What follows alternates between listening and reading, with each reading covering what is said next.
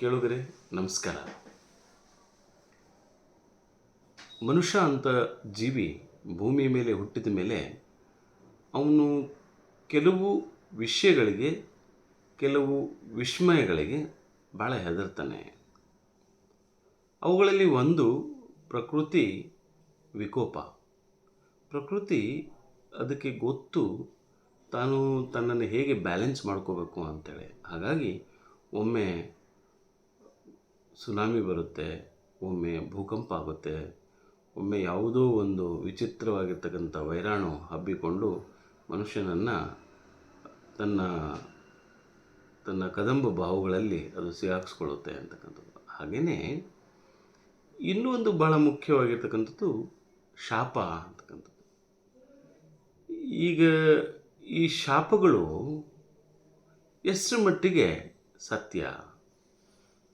ಕೆಲವರು ಬರೀ ಶಪಿಸ್ತಾನೆ ಇರ್ತಾರೆ.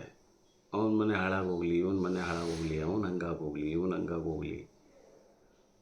ಯಾಕೆ ಮನಸ್ತೃಪ್ತಿಗಾಗಿ ಮಾಡ್ತಾರೋ ಅಥವಾ ಮತ್ತೊಬ್ಬರು ಹಾಳಾಗಲಿ ಅಂತೇಳಿ ಬಯಸ್ತಾ ಕೇವಲ ಬಯಕೆಯೋ? ಹಾಗೆಯೇ ಅವನ ಮನೆ ಕದ ಕಟ್ಟಲಿ, ಅವನ ಹೆಂಡತಿ ರಂಡಿ ಆಗಲಿ, ಅಂದರೆ ಅವನು ಸಾಯಲಿ ಅಂತ ಅರ್ಥ. ಸೊ ಇವು ದಿನನಿತ್ಯ ನಾವು ನಮ್ಮ ಸುತ್ತಮುತ್ತಲೂ ಕೇಳ್ತಕ್ಕಂಥ ಅನೇಕ ಉದಾಹರಣೆಗಳಿವು.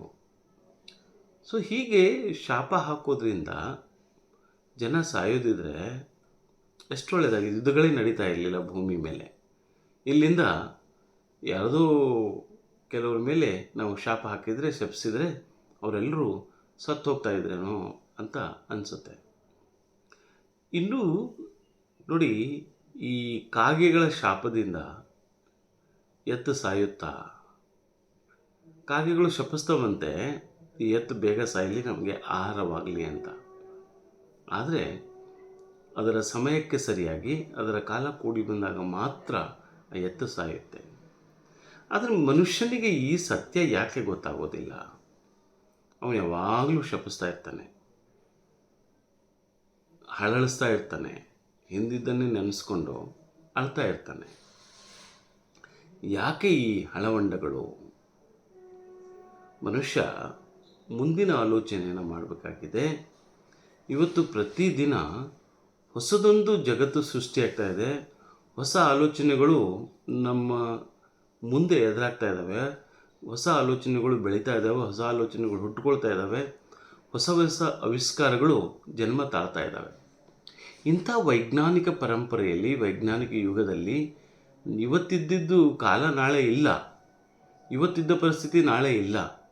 ಇವತ್ತಿದ್ದ ವ್ಯಕ್ತಿ ನಾಳೆ ದಿಢೀರಂತ ಶ್ರೀಮಂತನಾಗ್ತಾ ಇದ್ದಾನೆ. ಶ್ರೀಮಂತನಿರ್ತಕ್ಕಂಥ ವ್ಯಕ್ತಿ ದಿಢೀರಂತ ನೆಲಕ್ಕೆ ಕುಸಿತಾ ಇದ್ದಾನೆ. ಸೊ ಈ ಪರಿಸ್ಥಿತಿ ಹೀಗಿರುವಾಗ ಒಬ್ಬರಿಗೆ ಶಾಪ ಹಾಕೋತಾ ಕೂತ್ರೆ ಆಗತ್ತಾ? ಹಾಗಾಗಿ ಮನುಷ್ಯನ ಗುಣವೇ ಹಾಗಿರ್ಬೇಕೇನೋ ಅಂತ ಅನಿಸುತ್ತೆ. ಅವನ ಮತ್ತೊಬ್ಬರನ್ನು ಬರೀ ಹಳಸೋದು, ಅವನಿಗೆ ಕೆಟ್ಟ ಬಯಸೋದು, ಅವನಿಗೆ ಶಾಪ ಹಾಕೋದು, ಅವನ ಸರ್ವನಾಶಕ್ಕೆ ಬೇಡ್ಕೊಳ್ತಕ್ಕಂಥದ್ದು ನಡೆದೇ ಇದೆ.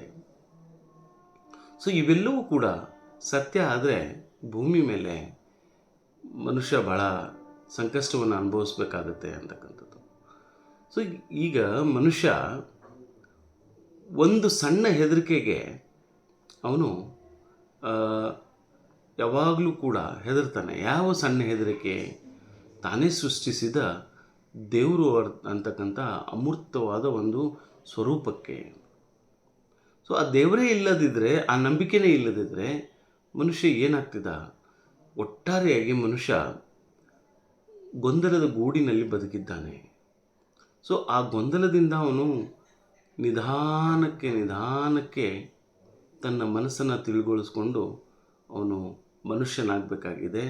ಅವನು ಹೊಸದನ್ನು ಕಲಿಬೇಕಾಗಿದೆ.